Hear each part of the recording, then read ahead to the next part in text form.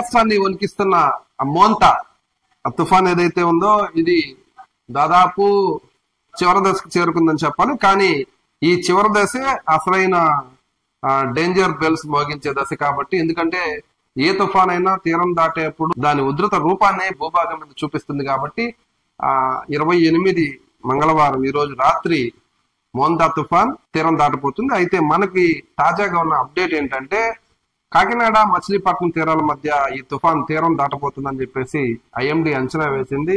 ఎప్పటికప్పుడు ఈ తుఫాన్ కదలికలను ట్రాక్ చేస్తున్న శాటిలైట్స్ ఇచ్చిన ప్రకారం ఏదైతే ఐఎండీ అంచనా వేసిందో ఆ అంచనా కొంచెం మారిందని చెప్పాలి. ఎందుకంటే ఇప్పుడు ఈ తుఫాను పాలకొల్లు వద్ద తీరం దాటపోతుంది అనేసి మనకి తాజాగా ఒక అప్డేట్ అందుతుంది. దక్షిణం వైపు కొంచెం వంగుతూ దిశ మార్చుకుందని చెప్పేసి ఇప్పటికే అధికారులు ప్రకటించిన పరిస్థితి అయితే ఉంది.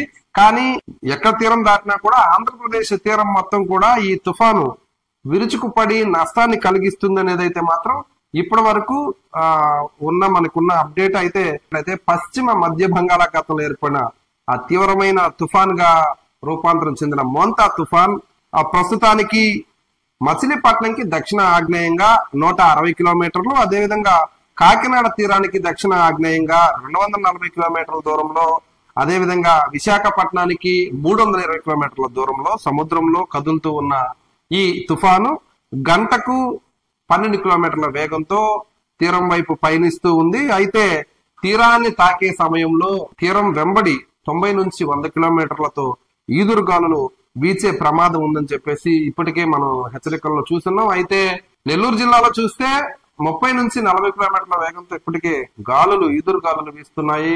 అదేవిధంగా మనకి తుఫాను ముప్పు తప్పిందని కొంచెం అనుకోవచ్చు, పూర్తిగా అనుకోవడానికి లేదు. ఎందుకంటే మన ప్రాంతంలో నెల్లూరు ప్రాంతంలో తీరం దాటబోతుంది అనుకున్నారు, కానీ ఇది స్పష్టంగా తన దిశను ఉత్తరాంధ్ర వైపు మార్చుకుంది. గడిచిన 24 గంటల్లో అత్యధిక వర్షపాతం తోటపల్లి గూడూరు మండలంలో 93 మిల్లీమీటర్లు నమోదు కాగా ముత్తుకూరు మండలంలో 86 మిల్లీమీటర్ల వర్షపాతం అయితే నమోదైంది. ఎక్కువ కూడా బంగాళాఖాతంలో ఉన్న తుఫాన్ ప్రభావం ముఖ్యంగా ముత్తుకూరు, తోటపల్లి గూడూరు, ఇందుకూరుపేట తదితర మండలాల మీదనే ప్రభావం చూపుతుంది. అయితే మిగతా మండలాల వైపు కాస్త ప్రభావం తక్కువగా ఉందనే చెప్పాలి, ఎందుకంటే వర్షపాతం అయితే పెద్దగా నమోదు కాలేదు. అయితే ఇప్పటి వరకు మనం చూసుకున్నట్లయితే అధికార యంత్రాంగం మొత్తం కూడా ఇటు రెవెన్యూ, పోలీస్, వైద్య ఆరోగ్య శాఖ, పశుసంవర్ధక శాఖ, విద్యుత్ శాఖ, ఎన్ని రకాల ప్రభుత్వ శాఖలు ఉన్నాయో అందరు అధికారులు కూడా ఈ మోంతా తుఫాన్ విధుల్లోనే తమ విధి నిర్వహణ చేస్తూ ఉన్నారు. ముందస్తుగా జాగ్రత్తలు పాటిస్తూ పునరావాస కేంద్రాలు ఏర్పాటు చేసి ఆయా పునరావాస కేంద్రాల్లోకి లోతట్టు ప్రాంత ప్రజలను తరలించి వారికి కావాల్సిన వసతుల్ని ఎప్పటికప్పుడు కల్పిస్తూ ఉన్నారు. అదేవిధంగా ప్రజాప్రతినిధులు, అధికార పార్టీ నాయకులు, రాజకీయ నాయకులు, ఎమ్మెల్యేలు కూడా, మంత్రులు సైతం పూర్తిగా ఇదే పనిలో ఉన్నారు. సో రాష్ట్ర ప్రభుత్వం ముందస్తుగా హెచ్చరికలు జారీ చేయడం, అందరిని అప్రమత్తం చేయడం, అన్ని పనులు పక్కన పెట్టి తుఫాన్ ప్రభావిత ప్రాంతాల మీదనే దృష్టి పెట్టాలని ఆదేశాలు జారీ చేసిన నేపథ్యంలో అధికార గణం మొత్తం కూడా మోంతా తుఫాన్ మీదనే పనిచేస్తుందని మనం చెప్పాలి. అయితే ఇప్పటి వరకు మనకున్న తాజా సమాచారం ప్రకారం చూసుకున్నట్లయితే ఎక్కడ కూడా ఎటువంటి ప్రాణ నష్టం కానీ ఆస్తి నష్టం కానీ నెల్లూరు జిల్లాలో సంభవించినట్లు మనకైతే సమాచారం అందలేదు. కానీ అటువంటి ఏమన్నా ప్రమాదాలు ఉంటే కూడా తమకు సమాచారం అందించాలని చెప్పేసి పోలీసు అధికారులు, అదేవిధంగా రెవెన్యూ అధికారులు ప్రత్యేకంగా తమ తమ మండలాల పరిధిలో ప్రచారం చేస్తున్నారు. ప్రత్యేక కాల్ సెంటర్లు ఏర్పాటు చేశారు. అదేవిధంగా పునరావాస కేంద్రాల్లో ఉచిత భోజన వసతిని కల్పించారు. అదేవిధంగా ఉచిత రేషన్ కూడా అందజేసేందుకు చర్యలు ప్రారంభించిన పరిస్థితి కూడా మనం చూస్తున్నాము. మరోవైపు నెల్లూరు నగరం దగ్గరకు వచ్చేసరికి నెల్లూరు బ్యారేజ్ అన్ని గేట్లు ఎత్తి కూడా పైనుంచి వస్తున్న వరద నీటిని అయితే ఎప్పటికప్పుడు దిగువ ప్రాంతానికి, సముద్రానికి విడుదల చేస్తున్న పరిస్థితి ఉంది. మొత్తంగా మనం ఇప్పటి వరకు మనకున్న సమాచారం ప్రకారం ఎక్కడ కూడా ఎటువంటి అవాంఛనీయ సంఘటనలు అయితే జిల్లాలో కొనసాగలేదని చెప్పాలి. ప్రతి ఒక్కరు కూడా తమ వంతు బాధ్యతగా వారి వారి ప్రాతినిధ్యం వహిస్తున్న ప్రాంతాల్లో అటు అధికారులు కానీ, ఇటు రాజకీయ నాయకులు కానీ పేదల కోసమే తాము అన్నట్లు కూడా వ్యవహరిస్తూ పేదలకు సేవ చేస్తున్న పరిస్థితే చూస్తున్నాము. ముఖ్యంగా కృష్ణపట్నం పోర్ట్ లో 8వ ప్రమాద హెచ్చరిక అయితే ప్రస్తుతానికి జారీ చేస్తున్నారు. అదేవిధంగా ఈ ప్రమాద హెచ్చరిక నేపథ్యంలో మిగతా పోర్టుల్లో కూడా కాకినాడ పోర్టులో 10వ ప్రమాద హెచ్చరిక అయితే జారీ చేస్తున్నారు. ముఖ్యంగా వాటర్ కెనాల్స్ ఏవైతే ఉన్నాయో, ఈ ఎల్వ కాలువలు, పంట కాలువలకు సంబంధించి వాటిలో కూడా వరద నీరు ప్రవాహం ఆగకుండా పూడికలు కూడా తీయిస్తూ యుద్ధ ప్రాతిపదికన అన్ని పనులు జరుగుతూ ఉన్నాయి. సో ప్రభుత్వం తుఫాను ముందస్తు చర్యల్లో సక్సెస్ఫుల్ గా ముందుకెళ్తుందనే మనం ఇప్పటివరకైతే చెప్పుకోవాలి. ఎటువంటి ఇబ్బందులు అయితే తలెత్తలేదు.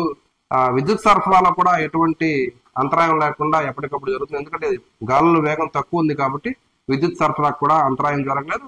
ఇదే క్రమంలో మత్స్యకారులు, జాలర్లను కూడా దాదాపు 5 రోజుల ముందు నుంచే హెచ్చరించిన పరిస్థితుల్లో ఎవరు కూడా వేటకు వెళ్ళకపోవడంతో అటు సైడ్ నుంచి కూడా ఎటువంటి ప్రమాదం కూడా ఇప్పటి వరకు అయితే పొంచలేదు. ఇంకా మిగతాకు వస్తే ఆక్వా రైతులు, వ్యవసాయ రైతుల గురించి చూసుకున్నట్లయితే వ్యవసాయానికి సంబంధించి ఇప్పటికే వరి విత్తనాలు చల్లుకున్న నారుమడులు సిద్ధం చేసుకోవాల్సింది. కానీ ఎప్పటికప్పుడు విపత్తుల నిర్వహణ సంస్థ ఇస్తున్న హెచ్చరికలను వ్యవసాయ శాఖ అధికారులు ఆయా రైతులకు ఎప్పటికప్పుడు చేరవేస్తున్నారు. కాబట్టి దాదాపు వ్యవసాయ పనులకు కూడా ఈ వరి నారుమడులు సిద్ధం చేసుకునేందుకు కూడా రైతులు ఎవరు ఇంకా సిద్ధం కాలేదు. సో ఇది టోటల్ గా పరిస్థితి. మొత్తం మీద కూడా అధికారులు ఎప్పటికప్పుడు ఫోన్ల ద్వారా, ప్రసార మాధ్యమాల ద్వారా, సోషల్ మీడియా ద్వారా ప్రజానీకాన్ని అప్రమత్తం చేయడంతో ఇప్పటి వరకైతే మోందా తుఫాను ఎటువంటి ఇబ్బందులు కలగ చేయలేదని చూడాలి. రాత్రికి తీరం దాడుతుంది కాబట్టి దీని ప్రభావం ఇంక ఏ మేర జిల్లా మీద ఉండబోతుంది, తీర ప్రాంతాల మీద ఉండబోతుంది అనేది కూడా ఇక వేచి చూడాల్సిన పరిస్థితి. కెమెరా పర్సన్ శ్రీధర్ తో విజయకృష్ణ, ముత్తుకూరు నుంచి. విద్యుత్ వినియోగదారులకి శుభవార్త. కరెంటు బిల్లు ఎక్కువ వస్తుంది అని బాధపడుతున్నారా? ఏసీ మరియు ఇతర ఎలక్ట్రికల్ గీజర్లు, హోమ్ అప్లయన్సెస్ వాడకంలో పొదుపు చేస్తున్నారా? ఇప్పుడే నిర్ణయం తీసుకోండి.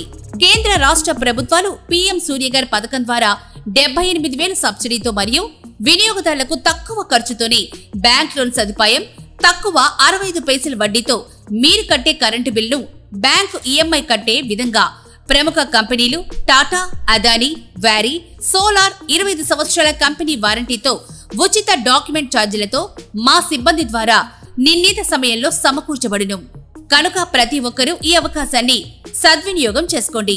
పూర్తి వివరాలకు ఈ క్రింది నంబర్లకు సంప్రదించండి. 9985 2999995, 94904 71476, 917770 38604. Terosol Green Energy Solutions Private Limited, Andhra Pradesh అన్ని జిల్లాల్లో అందుబాటులో ఉన్నాయి.